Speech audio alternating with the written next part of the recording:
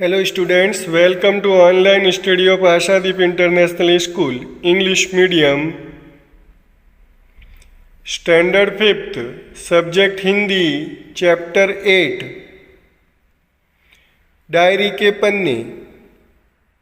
Diary लेखन अर्थात इस पाठ को पढ़ने पे आपको डायरी लिखने के बारे में जानकारी मिलेगी कि डेली आप जो भी काम करते हो उसको डायरी के रूप में एक संक्षेप में सार के रूप में कैसे लिखा जाता है वो आपको ये पाठ बताएगा। पाठ का सार। प्रस्तुत पाठ हमारी पाठ्य पुस्तक अरुल हिंदी पाठमाला में संकलित है, अर्थात यह अरुल हिंदी पाठमाला से लिया गया है। यह पाठ डायरी शैली में लिखा गया है। इसके लिखने का ढंग कैसा है? डायरी शैली में। डायरी लिखना एक कला है। डायरी लिखने का अर्थ होता है अपने मनोभावों को व्यक्त करना। जो अपने मन के जो विचार हैं उनको व्यक्त करना, कैसे करते हैं उसको ऐसा बताया गया। इस पाठ से छात्र छात्राओं को डायरी लेखन प्रक्रिया में जागरूकता एवं रुचि उत्पन्न होगी। इस पाठ को पढ़ने से छात्र छात्राओं अर्थात विद्यार्थी एवं विद्यार्थिनियों को डायरी लिखने की प्रक्रिया में जागरूकता उत्पन्न होगी और उसमें रुचि उत्पन्न होगी कि मैं डायरी लिख सकती हूँ या डायरी लिख सकता हूँ। अब पाठ स्टार्ट होता है यहाँ से कि मेरा नाम अद्वैत है। एक अद्वैत नाम का लड़का है। मैं अपने माता पिता के साथ 5 दिन के लिए दिल्ली के दर्शनीय स्थल देखने आया हूँ। मैं अपने मम्मी पापा के साथ में दिल्ली के दर्शनीय स्थल को देखने आया है। मेरे नाना नानी यहीं रहते, अर्थात उसके नाना नानी हैं वो दिल्ली में रहते। मेरी नानी जी मुझे देखकर काफ़ी खुश हुई और दिल्ली के दर्शनीय स्थलों का पिटारा मेरे सामने खोल दिया। पिटारा सामने खोल देना मतलब सारी की सारी जानकारी उसे उपलब्ध करवा दी कि दिल्ली में क्या क्या देखने लायक है। मैं आज दिल्ली घूमने जा रहा हूँ और घूमकर आने के बाद डायरी लिखूंगा। अद्वैत अपने मन में इस प्रकार का विचार करता है। यह तो मुझे पता ही है कि दिल्ली भारत की राजधानी है। भारत की राजधानी कौन सी है? कि दिल्ली। ब्रिटिश सरकार के समय सबसे पहले भारत की राजधानी कोलकाता को बनाया था, परंतु बाद में उसको दिल्ली बना दिया गया। और यमुना नदी के तट पर बसा एक महानगर है। ये जो यमुना नदी के तट पर बसा महानगर कौन सा है? कि दिल्ली है। दिल्ली किस नदी पे बसा हुआ नगर है? महानगर है कि यमुना नदी के तट पर। अब 2 जून से उसका दर्शनीय स्थल देखने जा रहा है, तो 2 जून से उसका जो देखने का कार्यक्रम वो बता रहा है कि 2 जून को उसने क्या क्या देखा, डायरी में कैसे लिखा वो बता रहा। आज मैं नाना जी के साथ इंद्रप्रस्थ नगर देखने गया, अर्थात दिल्ली को देखने गया। पुराने जमाने में इंद्रप्रस्थ नाम का नगर था ना, वो पांडव वहाँ पे राज्य करते थे और उसे ही हम आज क्या कहते हैं? दिल्ली बोलते हैं। ठीक है ना। नाना जी ने इसके बारे में मुझे जानकारी दी। कहा जाता है कि पांडवों के नगर इंद्रप्रस्थ की रचना विश्वकर्मा ने की थी। इसकी रचना करने वाले, इसका निर्माण करने वाले कौन थे? विश्वकर्मा थे, जो देवताओं के नगरों को बनाते थे। यह नगर रातों रात तैयार किया था। विश्वकर्मा ने इस जो इंद्रप्रस्थ नगर है वो एक ही रात के अंदर बना दिया था। परंतु सन 1913 में जब पुराने किले के बीच में 11वीं व 12वीं शताब्दी के अवशेष मिले, जब खुदाई की गई और उसके अंदर कुछ अवशेष मिले, तो यह जानकर सब चकित रह गए कि यहाँ इंद्रप्रस्थ नामक गांव था जहाँ पांडव राज करते थे। प्राचीन काल में दिल्ली शहर ही इंद्रप्रस्थ नाम से जाना जाता था। पुराने जमाने में भारत इंद्रप्रस्थ नाम से जाना जाता था। अब 3 जून को के डायरी में क्या लिखा उस अद्वैत ने? आज नानी जी ने आलू के पराठे बनाए। मतलब उसके खाने का शौक था आलू के पराठे का। तो आलू के पराठे बनाए और मैं जल्दी तैयार होकर निकल पड़ा। आज मैं अपने मम्मी पापा के साथ दिल्ली का लाल किला देखने गया। मतलब 3 जून को उसने लाल किला देखने गया। इसका निर्माण मुगल बादशाह शाहजहां ने करवाया था। इसका बनाने वाले कौन थे, निर्माण करवाने वाले कौन थे? शाहजहां।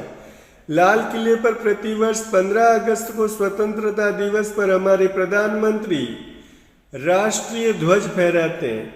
हमारे देश के जो भी प्रधानमंत्री होते हैं लाल किले पर जाकर राष्ट्रीय ध्वज फहराते हैं और राष्ट्र के नाम अपना संदेश लाल किले की प्राचीर से देते हैं। प्राचीर का मतलब होता है दीवार, मतलब लाल किले की दीवार पर जा अपने देश के नाम संबोधन देते हैं। नागरिकों को, हमारे देश के जो नागरिक हैं उनको सबको संबोधन देते हैं कि हमारे देश ने क्या क्या प्रगति की और हमारे देश में क्या क्या विकास के कार्यक्रम हो रहे हैं।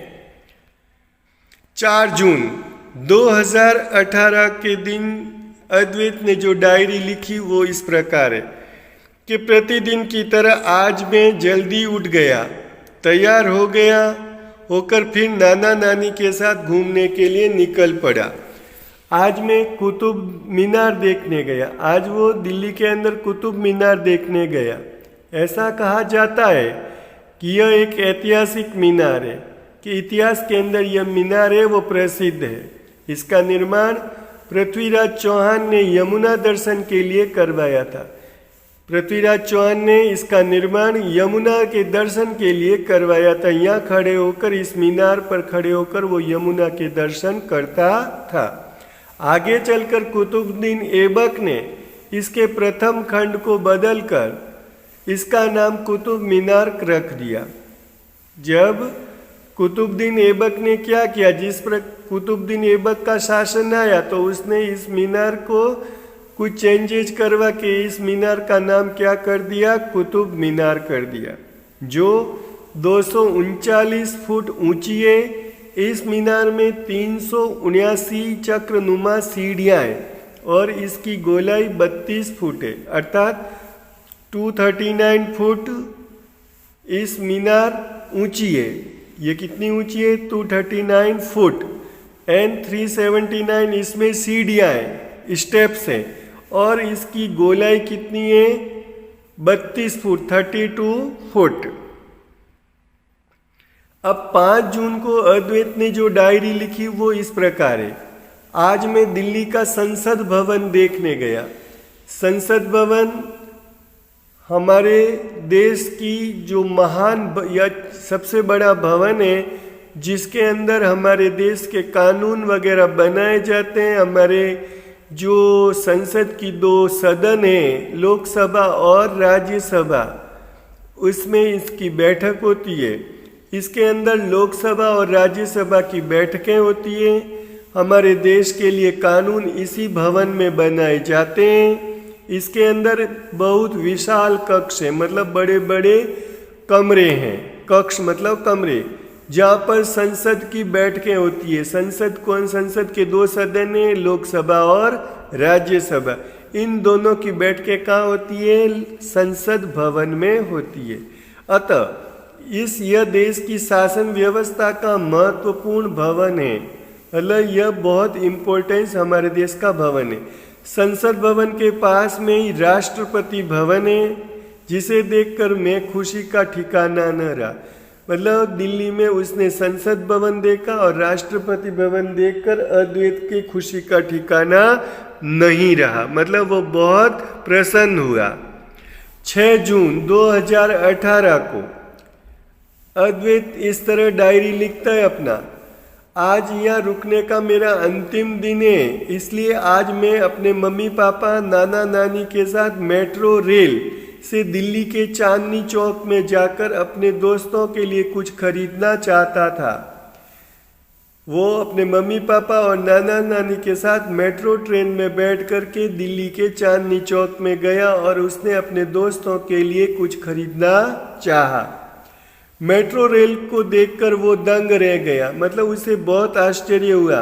महान है, हमारे देश के वैज्ञानिक अर्थात साइंटिस्ट को उन्होंने महान बताया। किसने? अद्वैत ने, जिन्होंने जमीन के अंदर क्या चलाई? रेल चलाई है।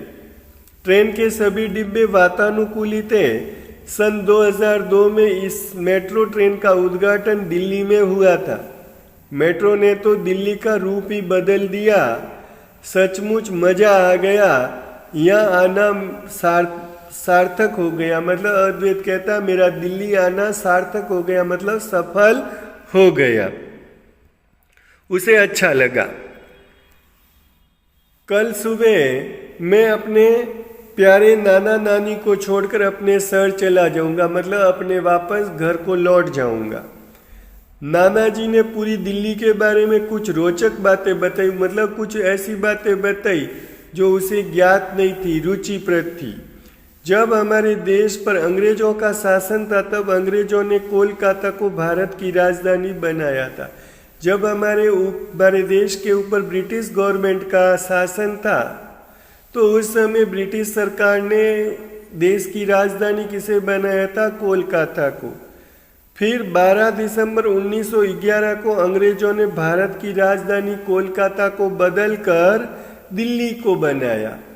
12 दिसंबर 1911 को दिल्ली राजधानी डिक्लेयर किया गया। इस प्रकार दिल्ली को हमारे देश की राजधानी बने हुए पूरे 100 साल हो गए, एक शताब्दी होगी, सेंचुरी हो गई है। आज के लिए इतना ही, फिर मिलेंगे।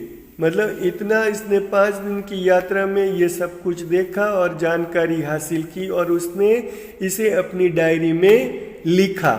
वो इस तरह आप भी अपनी डायरी बना सकते हैं और रोज का रोज डायरी मेंटेन कर सकते हैं। रोज की जो दिनचर्या है वो आप लिख सकते हैं कि मैंने क्या किया। तो यह पाठ आपको एक डायरी लिखने के बारे में बताता है। अपने मनोभावों को कैसे व्यक्त किया जाता है वो इसमें बताता है। ठीक है, तो ये पाठ आपको समझ में आ गया होगा। Thank you.